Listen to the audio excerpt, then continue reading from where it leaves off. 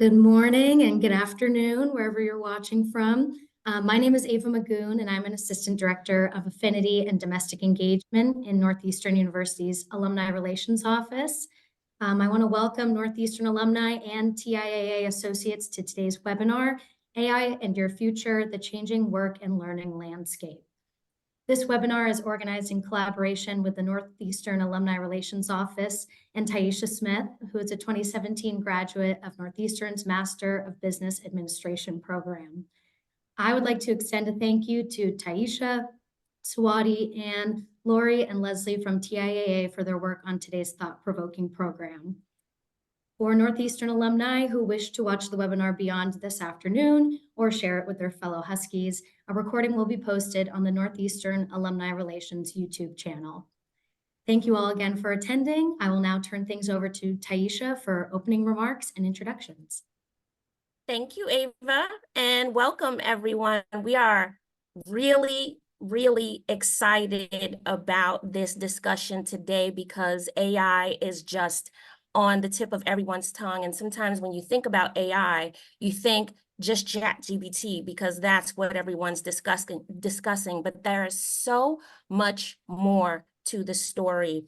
So to help us kind of talk about that story, I'm going to introduce Dr. Swatee Singh and Anne Ollen. Swatee, could you introduce yourself to the audience?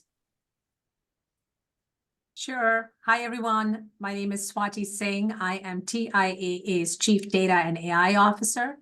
I've been in this space for the last couple of decades, and I'm excited to be here talking with all of you. Anne? Hi, everybody. Thanks for having me today. I represent the TIAA Institute, which is a think tank within TIAA. So our focus is research and education, not just on TIAA's products and services, but about issues like the ones we'll be discussing today. Sounds good. I'm looking forward to our discussion, ladies. So today we're going to cover an overview of AI. We're going to talk about how AI will change jobs. We're going to talk about why it's so important to understand AI and the implications for employees' well-being and satisfaction. And then we will also do a Q&A at the end of our session today. But before we get started, we want to do a quick poll question to just kind of gauge how you are all feeling about AI right now. So Leslie, if you can pull up poll EV, so we have all of the directions on how to actually answer that poll question.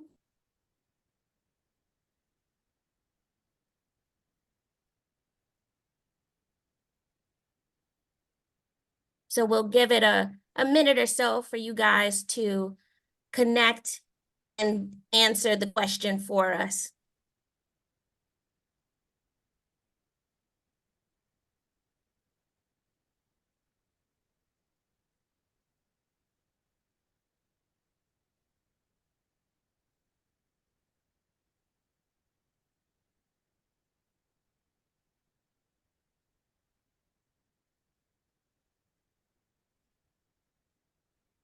I love this. Okay.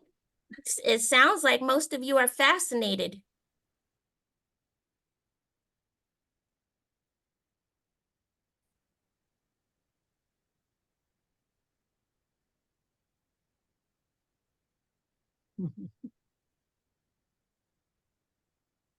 Cautiously optimistic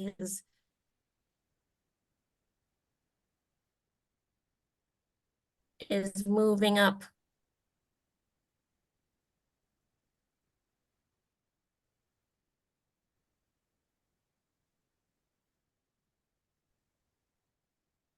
I keep changing my answer.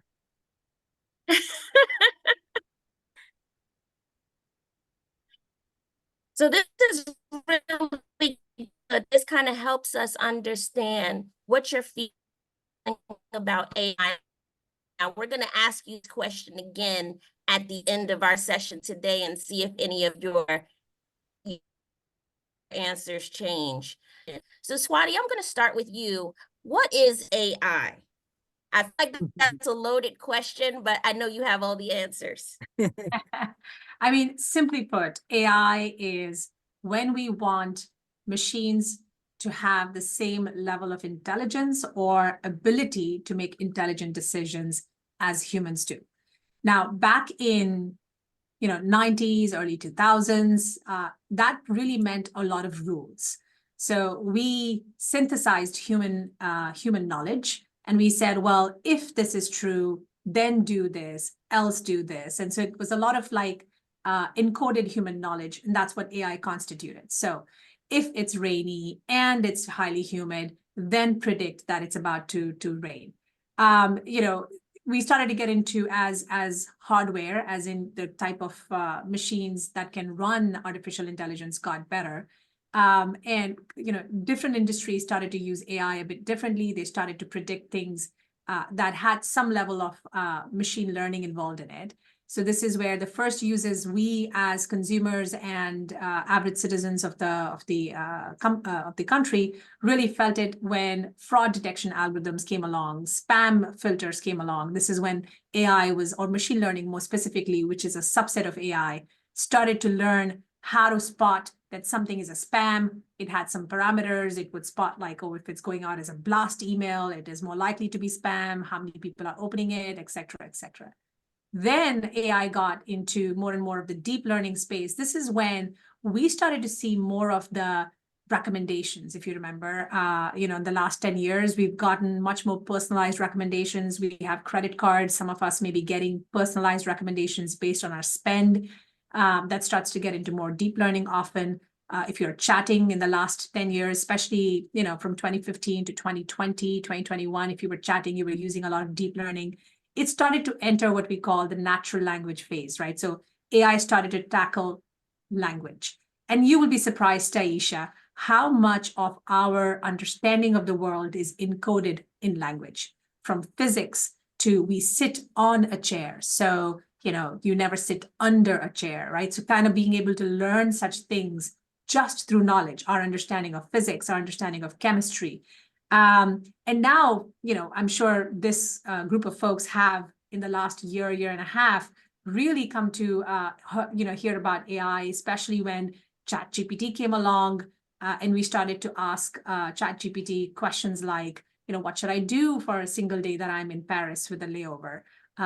Or, ask it to actually kind of write a better note to a colleague or a friend. And so a lot of that natural language processing now has moved into what we call the generative AI space, which is now it's no more rule-based, like I mentioned earlier. It's no more making some basic decisions and then coming up with solutions or answers, but really it's making up net new content for the digital medium. And that's where we are with AI. That's a lot to unpack. We are in a hype phase right now. Is it hype or is it here to stay? We've seen this. AI had a hype, by the way, about a decade ago. And we definitely have a lot of hype with generative AI today as well. So that hype cycle went and we became much more realistic, and industries started to find practical uses. This is where nowadays, banks started with their own chatbots and you could chat with their bots, etc. So there's definitely a lot of potential, but there is also a lot of hype. And I think the hype is likely to sustain a little bit longer in this cycle, this time around, than a decade ago, because its emphasis on natural language, which really is something all of us use in our lives, right? So its impact is wider, broader, and it's in such a fast evolving space. Like if you would have pulled me in December 2022, a month after ChatGPT was released, and said, where do you think we will be in April of 2024? I think my answer would have been off, because it has progressed and moved faster than what I expected. So for those two reasons, certainly a lot of hype, but then tons of potential as well. Okay. So how will it impact, or is it impacting learning? And given this group of folks, I think hopefully they would kind of get this even more than perhaps an average population, right? when we think about AI's impact on learning, I like to separate it out, right? So there is an impact in the K through 12 plus 2 or K through 12 plus 4 space. There, the impact of AI right now is a lot around that personalized content delivery based on where a student is missing certain key concepts. So rather than your traditional classrooms, can we move more and more towards where students need the most help, right? So we had COVID, and certain school districts had a bigger gap in some of, let's say, math and reading scores versus others did not. So, and as students were moving across these districts, I think each of the districts struggled to make sure that everyone was sort of at the same place and kind of moving along. And then, as we go through our college experience, really it's about some things we are good at, and there are some things we really are missing key concepts. So there is that personalized learning aspect. But then for most of us who are now in the past that +4 phase, right? So we're past our bachelor's degree or are in the middle of it, but very soon would be, as young professionals or professionals, no matter where you are in your life stage, there is this emphasis now on constant learning, right? So, I mean, it has always been true, but it's just even more emphasized at the moment. And, what's happening at the moment on the learning side is there is a huge focus on nano degrees or hyper-personalized or hyper-focused, interests. So even me, as someone who has been in the space of artificial intelligence for like a couple of decades, now it's not about someone who understands it across the breadth of it, but maybe someone super specialized only in transformer tech, which is what generative AI uses, versus a different type of machine learning or AI. And as we do that, I think AI's potential to create these hyper-focused, tailored solutions for what you are trying to learn, I think is going to be, ever more impactful. And then as administrators, if anyone on the call is not so much as a student, but they are administrators or they are, in a role that they think about learning for others, then the AI's role is all about predicting who needs what much better, much more fine-grained, and much more sooner. So before grades start to drop, being able to spot at-risk behavior from our student population, from our adult population, I think that you're going to just see more and more just analytics, predictive analytics that is going to try to keep you and steer you in the right direction, for sure. Wow. We're moving in I'm always amazed at just how far we are progressing in such a short amount of time. So interesting. And I'm gonna ask you this next question. What steps can organizations take to prepare employees for working alongside AI systems? Well, first, before I answer that directly, I have to make 3 points. One is that I want to carry Swatee around in my pocket because she is a font of knowledge, and I've already learned so much in the first few minutes of this conversation. So thank you, Swatee.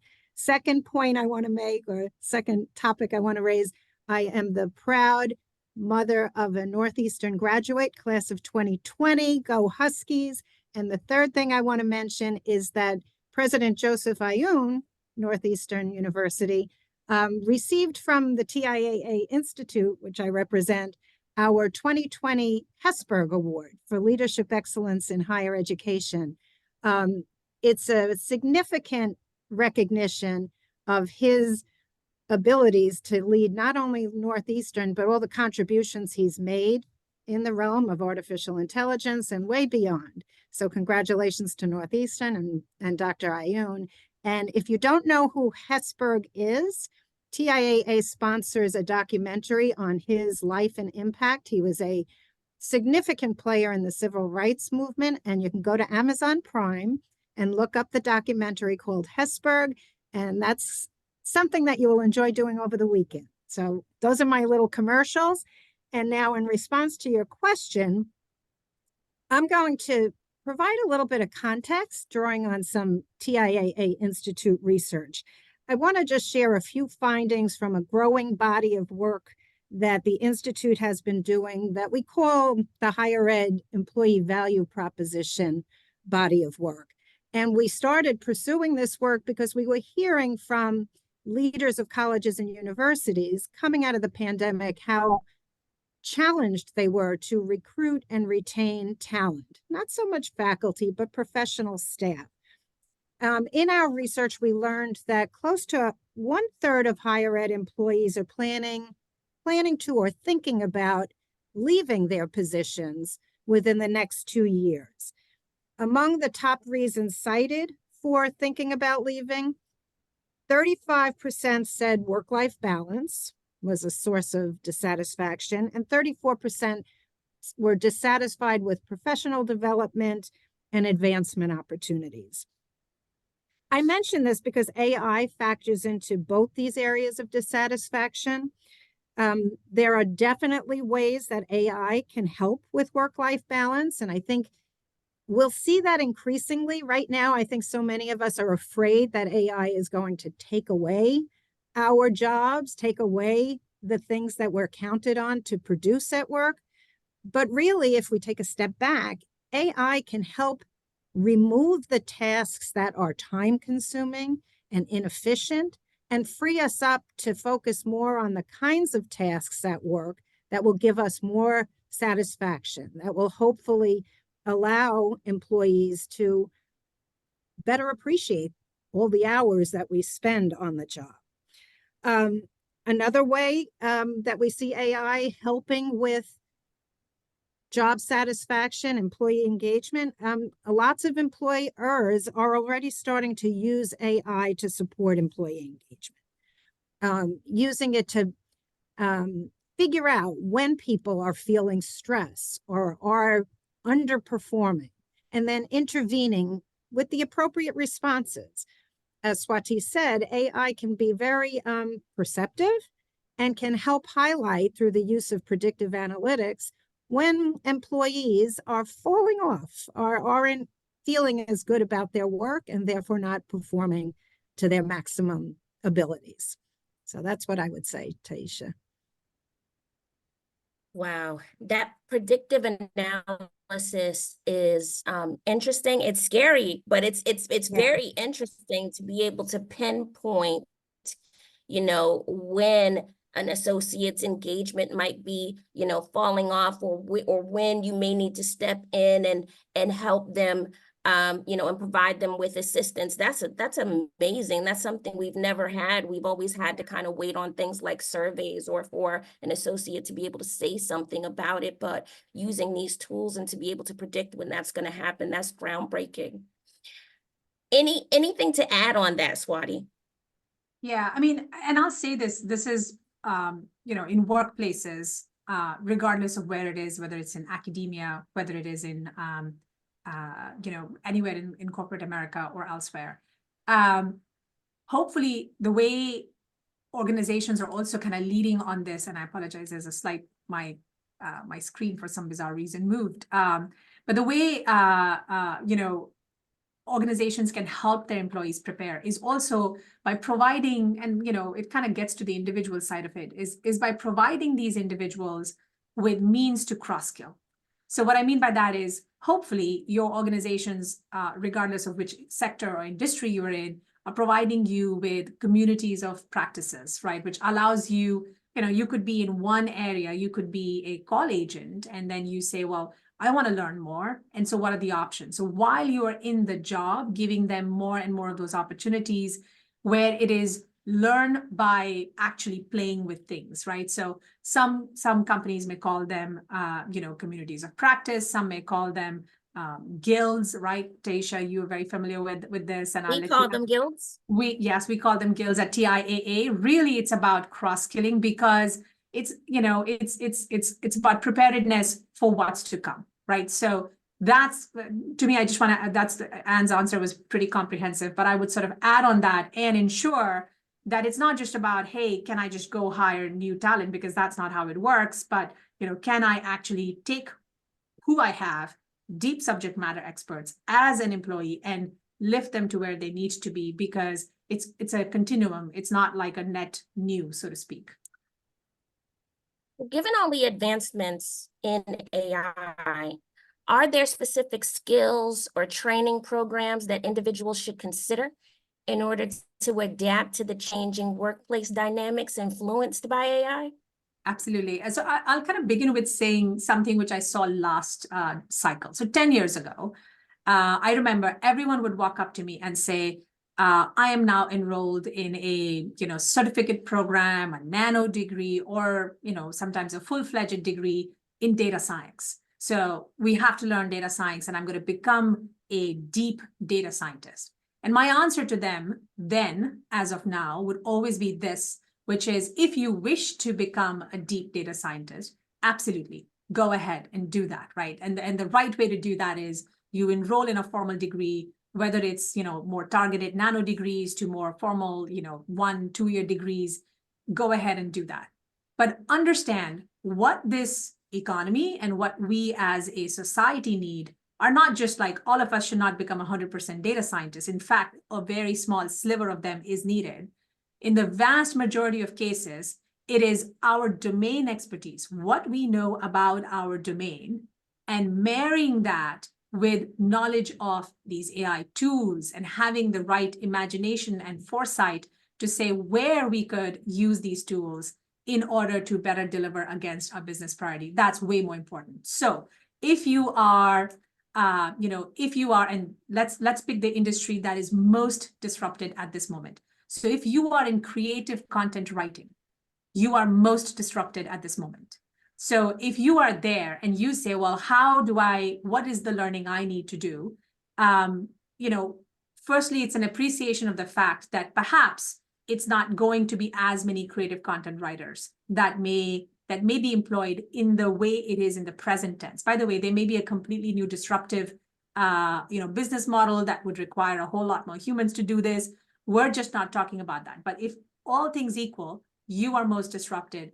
And instead of, unless that is not what you ever wanted to do, what you should become more comfortable is, if ChatGPT or any other tool comes up with a first draft, how do you make it better? So as an example, these generative AI tools tend to be very verbose. So they will, if you ask it to write, they make it really long, really fast.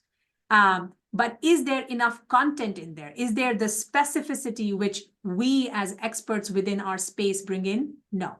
So how do you learn how to work with these tools? Perhaps there is an element of prompt engineering. Perhaps there is an element of how do you prompt it appropriately so that it gives you the kind of answer you need, right? Two, you may be sitting currently in an industry and you might say, well, I'm not really impacted by this at the moment. And I would say to you, it's still work for you to learn this on a day-to-day basis. Perhaps even as just forget about employees, forget about your professional life, but even in your personal life, right? I hope everyone on this call is using versions of free software out there to make their lives easier. I'll give you examples of mine, which allows me to be more current in this world, right? So if I do things repetitively, or I'm planning something new, whether it's a recent vacation, I did a cruise trip, we had, different stops along the way. What could I do in 6 hours? Given the kind of activities I like to do, I went and asked ChatGPT as an example to please give me examples of that. And that's how I booked it. You, I hope, are using it for, as you are reading through a lot of documents, to say, well, how is this best summarized? By the way, that does not take away from the need to read the document, but it's a great way to have go-to notes. All of us could use some level of technology to make our point more crisp or more empathetic, if that's the tone you're going for and you're struggling with it. I hope you're using it in your day-to-day lives. I wrote a condolence note to a dear friend of mine who lost someone very beloved to her, using that. Not to say that I didn't use my own starting prompt. I said, how can I make this reflect this sentiment that I have a little bit better? And it came up with a couple of options which were great, or something fun, right? I mean, Tieisha, you would know who I'm talking about, but I was, going to wish someone happy birthday who's a Star Wars fan. And I said, well, how do I say this such that it would be funny and, kind of hit that personalization note I'm looking for. I hope all of you are doing that, because that is inevitable. It's coming in our lives.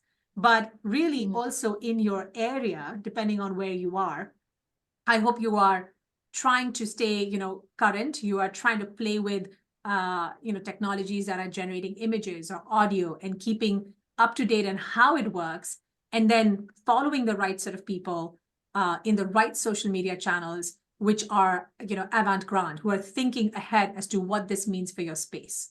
So those are all things I hope we are all doing.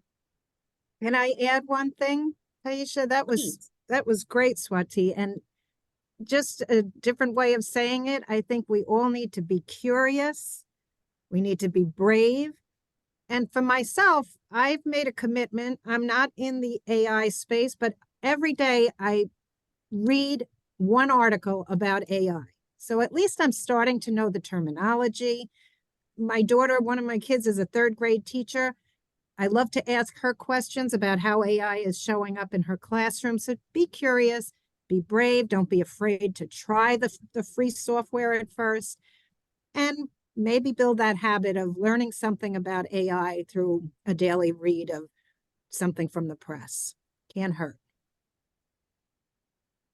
Well, I actually thank you both for answering the question the way that you did, because it can be overwhelming, right? You hear about AI all the time. You hear about its disruptive nature in some of the roles that have existed for, long periods of time. And as an employee, you're thinking, how can I stay, current? How can I make this work for me in my role? And I really appreciate the way you broke that down, because I think it takes away some of the anxiety of trying to figure out, how do we stay current? How do we use this? How do we get more knowledgeable? And I'm going to come to you with this next question.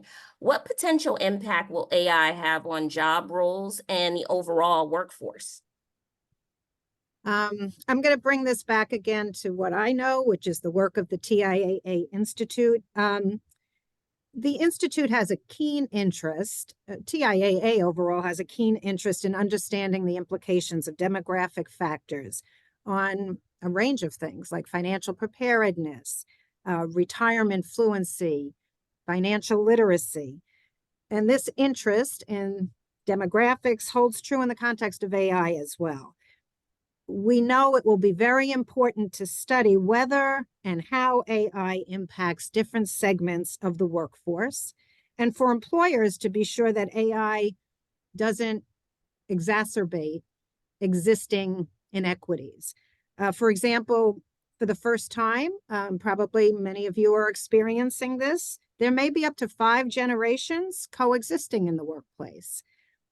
Will each generation respond to AI in the same way? Is a Gen Zer going to feel more comfortable than me with some new technologies? Probably, but we can learn from each other. And I think the most important thing is to be aware that not everyone is starting at the same place or with the same comfort level. My youngest kid, who's 20, this is second nature to him. Me, I'm not going to reveal my age, but not so much second nature. But that's okay. We need to just be tuned in and sensitive to the fact that we're all approaching AI with a little bit of a different level of comfort and anxiety in some cases. The other thing that's very important through the demographics lens is whether AI might exacerbate equity gaps, societal equity gaps. Could AI impact disproportionately jobs that are currently filled by lower income people, or certain age groups, or certain segments of the population? And we don't want that to happen without some intentional thought being given by employers to make sure that that's not another structural barrier that feeds into equity gaps that we're all working so hard to combat. So I would just say that those are 2 things that I think we need to keep in mind. The potential for AI to create separation rather than a goal we all share of, I think, bringing our communities closer together. Okay. Swatee, anything you want to add to that? Yeah, so I'll actually kind of begin with quoting again some metrics which probably the best way to give shape to the problem, right? So, or to the opportunity rather. The International Monetary Fund, right? So hopefully relatively neutral, says 40% of the global employment is exposed to AI. And when you are, and such as we are, in advanced economies, then that number is 60%. Now, of those exposed jobs, right, IMF says that about half of them, the exposure is specifically around automation of their IT backend, right, their technology backend, such that your routine tasks, repetitive tasks are impacted. Now, what does that mean in terms of AI's impact to jobs? So if we are working in spaces which have a lot of repetition, they are highly exposed, right? So for example, and then some of it starts to actually have, to what Anne was saying, a bit of a gender and perhaps depending on where in society and your role lends to it. So a lot more women may potentially be impacted than men, because jobs like executive assistants or project management have a bit more of a female kind of lens to it. Often they have more employment from women than men on an average, and they are more impacted. We've already talked about jobs that are in creative arts. So whether you are in film, whether you are in any sort of literary art kind of scenario, you are already facing it full on. But then those in the legal profession, because there is a lot of words, natural language there, so paralegals, etc., would see tremendous changes in how their jobs will evolve. If you are in medicine, right, a huge, because it's a lot about the retention of that information, and can AI help us move as a society from, kind of a problem has occurred and now I have to fix it, to more preventative and more of like that injection of AI in the whole process. Yes, we will certainly see that. If you are unlike some of the previous waves of, what AI and other technology has done with generative AI, a big focus, even in the examples I've already given, are white collar workers. So if you are in technology, you are in software development, you are going to see a whole lot more impact as well, right? Because software development, 10 years ago, or even right now, right? If you're in technology and you are that expert in how memory management in Java or Java-like organizations work, and Java is the backend of all things in financial services in the technology space. It's a software programming language called Java, not the drink. Then maybe that skill is a little less valued, because there is tremendous opportunity to make that something which AI can do really well at. But what is not automatable at the moment, or something which we should be thinking a lot about, is how do you take a problem and how would you structure the solution, right? So that higher level thinking, not the actual implementation in software, is going to become much more valuable than what we are seeing today. So there is, the impact to your point, and pretty wide, and we should all be expecting it within the next few years, 3 to 5 period horizon for sure. Yeah, and it's continuing to evolve. We're seeing things in real time, like the actors' strike. We're seeing, some movie studios deciding not to expand until they see what else comes out of this space. So this is just going to continue to evolve over quite some time. Next question, I want to come back to you, Anne. How do we foresee AI evolving in the workplace over the next few years, and what implications does this have for businesses and employees? Okay, I'm going to highlight a couple of trends that I think are important as contextual background for this conversation. And the first point is that people are living longer than ever. I think we all are aware of that. Longevity is on a steady march forward. In fact, 1 of 3 of today's babies will live to see their 100th birthday, according to latest estimates. Life expectancy in the U.S. has increased 17 years since the Social Security Act was signed in 1935. All good, longer lives mean that people will also be working longer, and careers will begin to have different timelines without a single start point and that standard retirement date. We may have multiple careers over our lifetime, and AI will impact those careers and the ability to shift from one to another, the ability to phase into a different kind of retirement. So longer lives is going to have some real implications. We'll probably see changes in employee benefits that are more effectively communicated and targeted through the use of AI to meet individual needs along this longer working continuum. So longer life expectancies.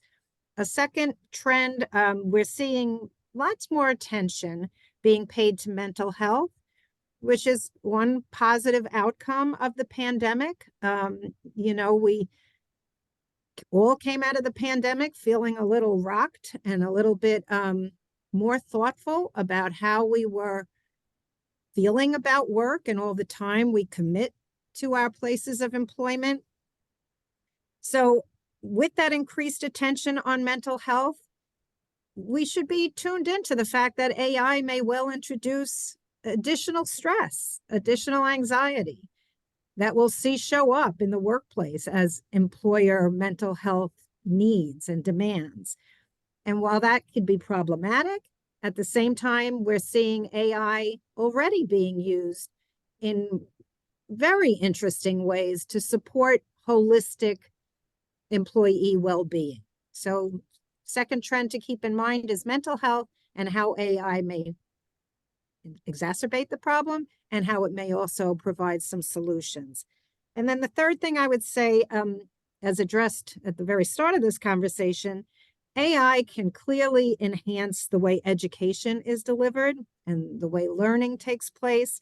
And this is not only true in the classroom. I'm going to bring this back to TIAA. As you know, our primary focus is on financial security to and through retirement. We believe that there's a retirement crisis in the world, and one that we are working hard to address. And AI can well be something, a tool that employers and financial advisors can tap into to deliver more effective financial education and guidance and advice that hopefully can help people get on track and stay on track to achieve better financial outcomes throughout their lifetimes. So that's a little self-serving, but it's also meant to serve those of you who are listening in. AI can be our friend when it comes to preparing for sound financial futures. Absolutely. Anything to add to that, Swatee? Yeah, Anne, thank you.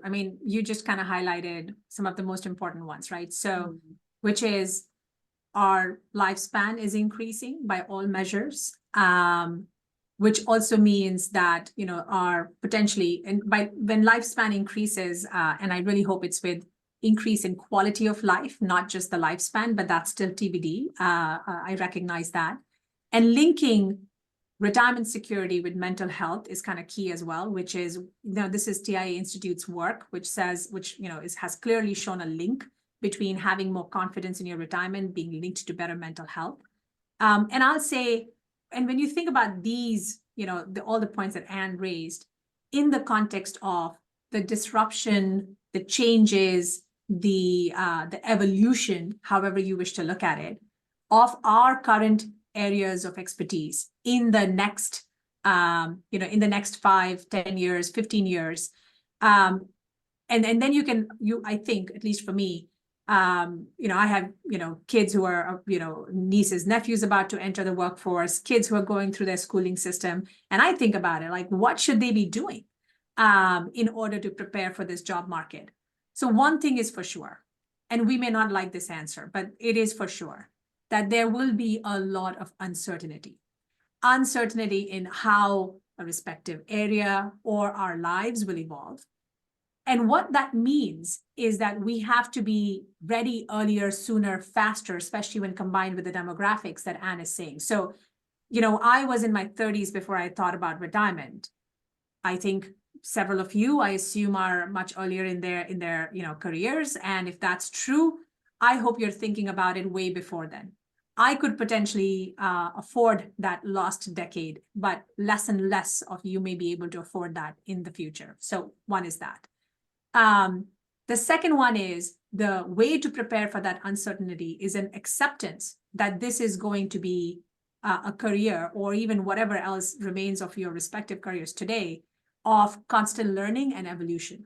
So all of those things we talked about, Tieisha, a little bit earlier around, that constant learning. How do you go about this? How do you learn to use these tools in your day-to-day lives, understand its impact to your roles? That has to become even more, and especially if you're a knowledge worker, actually, that has to become even more focused. And if you are someone who is a graduate of Northeastern and you're running your individual business, and you might say, well, this doesn't really affect me.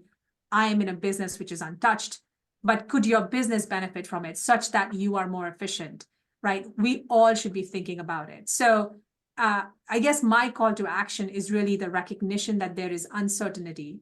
When you marry that uncertainty with broader demographic and other changes that are happening around us, and within our own lifespan, what we will see in our own lives, you have to be ready for that uncertainty in a better way. You have to learn across, throughout your career, be ready for that change. And the last point, I will double down on something Anne said, which is, with all of that, what it means is that we may have many careers, right? So gone are the days, certainly like my father, he started in a job, pretty much stayed with the same employer, and he did one unusual thing of changing his employer. When I look at my uncles and aunts, many of them never changed. They stuck with the same company throughout their lives and retired. Probably less likely to happen now. And what that means then is that we have to be constantly thinking about our skill set and forcing ourselves to be more and more familiar with it. And especially if it's in an area which is already digitized, right? So the food industry, and I'll leave with this last interesting tidbit, the food industry may have said 7 years ago, 5 years ago, well, we're a highly non-digitized, space at the moment. I know some leading restaurants were beginning to get to personalization. They wanted to recognize if this is Anne walking through the door and she likes this versus that. But really, it was not very, mostly untouched. But the pandemic happened, and now there is massive digitization within that space, which simply was unforeseen. And once that digitization has happened, now combine it with what's happening with AI, and now you have a whole new potential for what could happen, both from your supply chain to how you're managing your restaurants, what restaurants do, how much more touchless could they go, et cetera, et cetera. So I'll pause at that and just kind of hand the mic back to you. Wow. Well, I just want to take a moment to say thank you both, Anne and Swatee, for such an informative conversation today, quite a bit from your insights. So let's switch right now and answer some questions from the audience. We have a few queued up.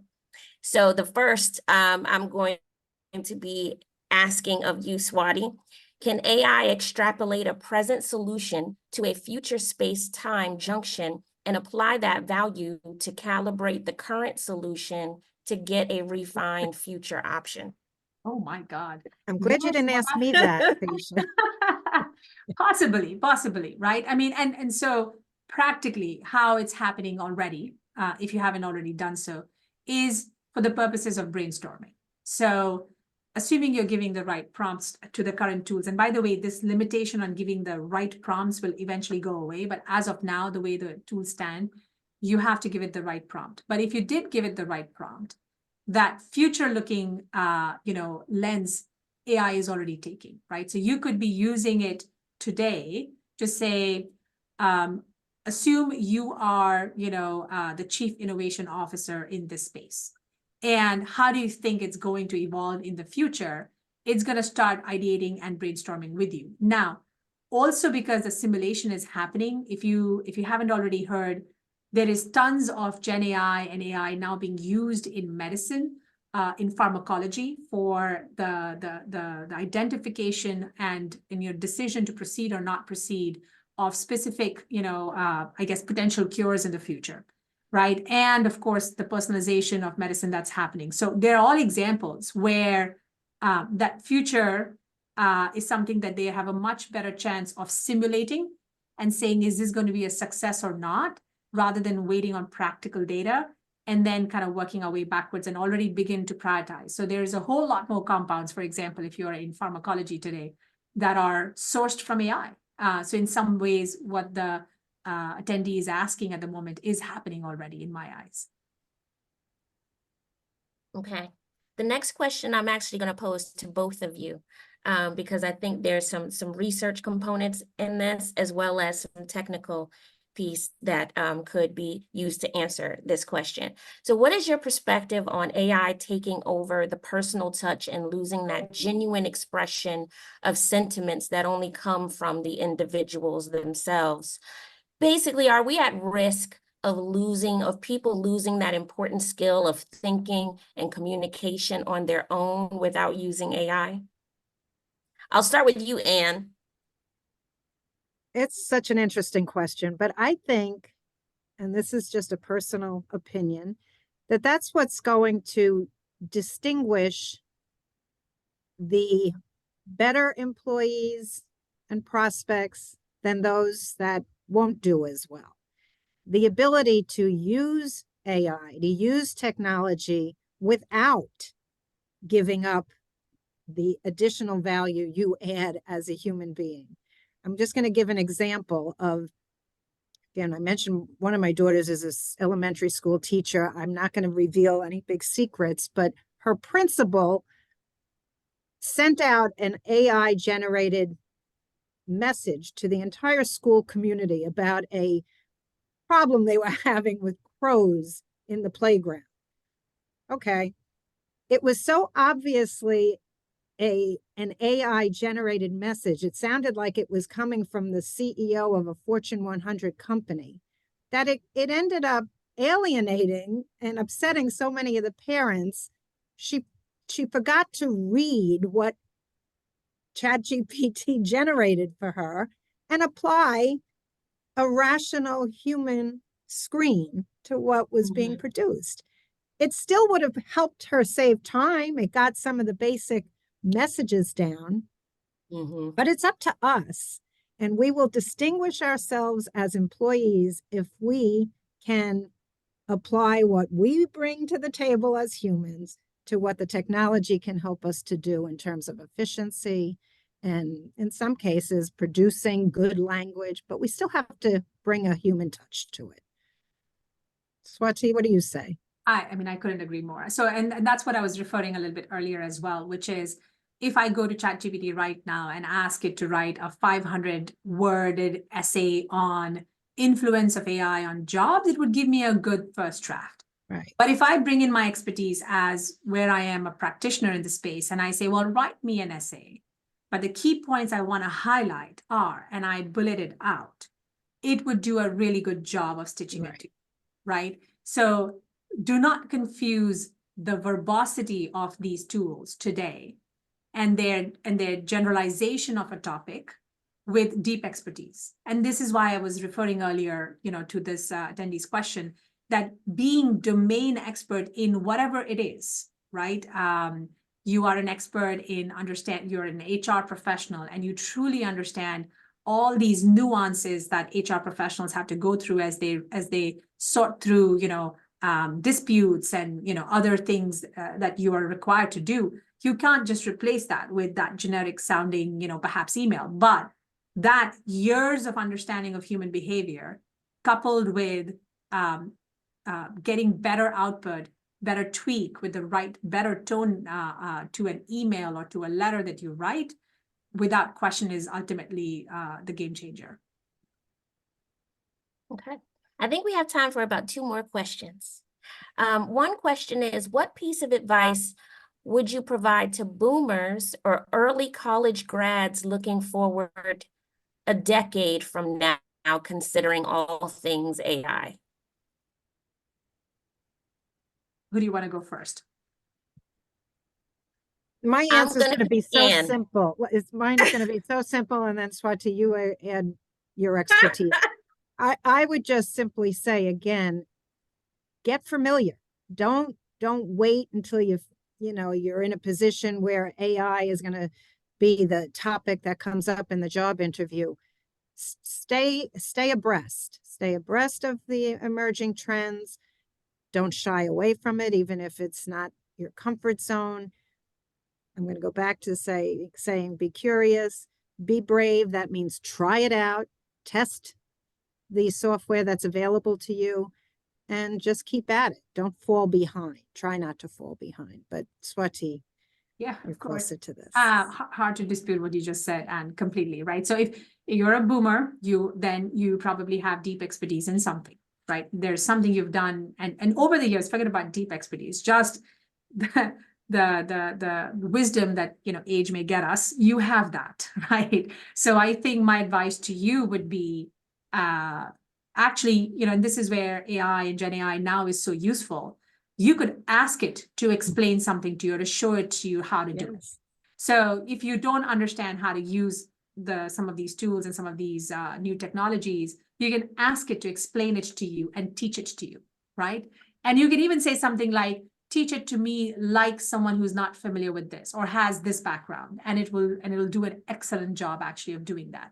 So I hope you are using AI to learn AI, and you are combining the wealth of information you have of a lived life, of a good lived life, with what these tools bring to the table. If you are just graduating from college, I think what you have to be prepared for is, again, not be worried about that uncertainty, but just to accept it as a fact, and then kind of proceed knowing this to be true. Good analytical skills, domain expertise in whatever it is that you wish to do. You want to be a vet, then have domain expertise there. You want to be in financial services and think about trading. You are a trader. You need to understand that business inside out. It's why we still teach multiplication tables to kids, even though many of us rarely do this in our heads. Certainly not like, bigger numbers. It's because you need to understand the concept in order to use it, even if it's automated in the future. So be ready for that. But then, I think it's very important to be current in your space, what's happening, and experimenting in your personal lives, especially with these set of technologies. Love it. Okay. Yeah, very good. Thank you. That was even good advice for me. How are we preparing ourselves for misuse or ill use of AI? If you don't mind, Anne, I'll take a shot at this because this is so near and dear to my heart.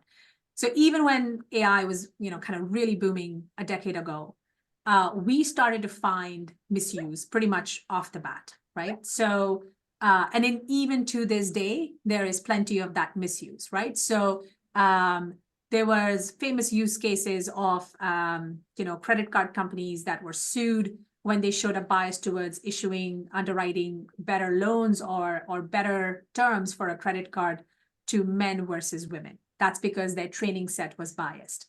And fast forward now, and obviously laws are often reactive, and they caught up and they prohibited that, and then companies pivoted to saying, well, how do I not do this?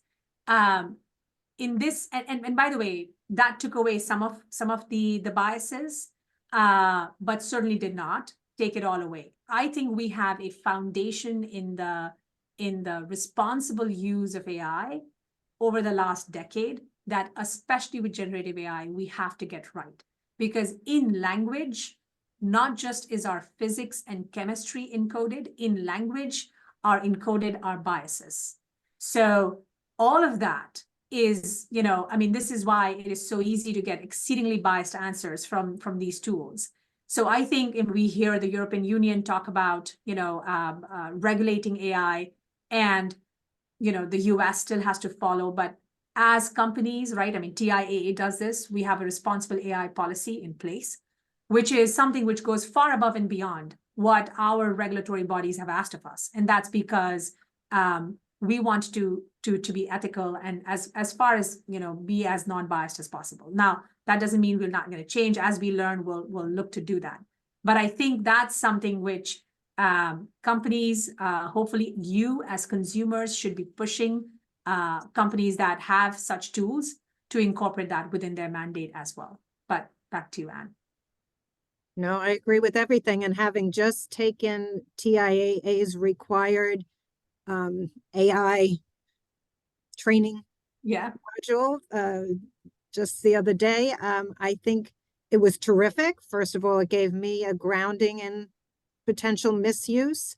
I think we're going to see more and more companies offering best practices that hopefully will be emulated and endorsed more broadly, whether big companies spreading out to smaller businesses, and then on the consumer level too. The more we can share information about what constitutes misuse and the solutions that are emerging to address misuse, the better off we'll be. So again, I think we have to hold ourselves responsible for reading and learning as much as we can about what's going on in the world of AI, both on the positive side and then in the areas of misconduct.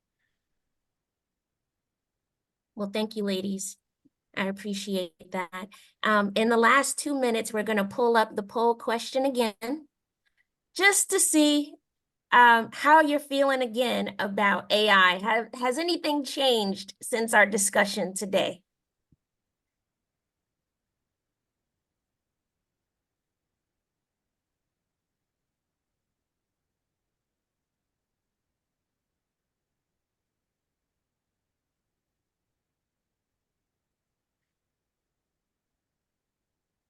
So while we wait for this, I know we also had some questions about where do I start my journey, as a non-programmer, and some of the others that I also see in the chat. My request to you would be, in the beginning, if you are very unfamiliar with the field, try to find people in social media, whether it's LinkedIn, whether it's Twitter, whatever your medium of preference is, to consume latest trends and learn about it. You could even go to news.google.com and have a filter on this word. Like you could, if you are a paralegal today and you heard me say that the jobs for paralegals are heavily impacted, you could put these two filters and it would filter the latest news for you. So first is just that raising that general awareness what's happening, because it's happening so fast. Yeah. And then over time, you will start to realize, depending on what your end goal is, that there will be certain content creators that are creating content that you find directly relevant in your space. And that's when you start following and doing this more and more. But in your daily lives, as I said a little bit earlier, I hope you are massively experimenting with these tools, because that's the most practical knowledge you can have hands-on off the bat. Thank you, Swatee. And just based on this, we're seeing that most of you are still continuing to be fascinated by AI and its potential. I see that B and C have flipped just a little bit, but the majority of you are still very fascinated about AI and its potential. So I hope you've been able to glean some good information from this discussion today and take your curiosity further and learn a bit more about AI, because it's here to stay. Thank you all for joining our session today. Have a great day. Thank you, Thank everyone. you. Bye. Bye. Thank you.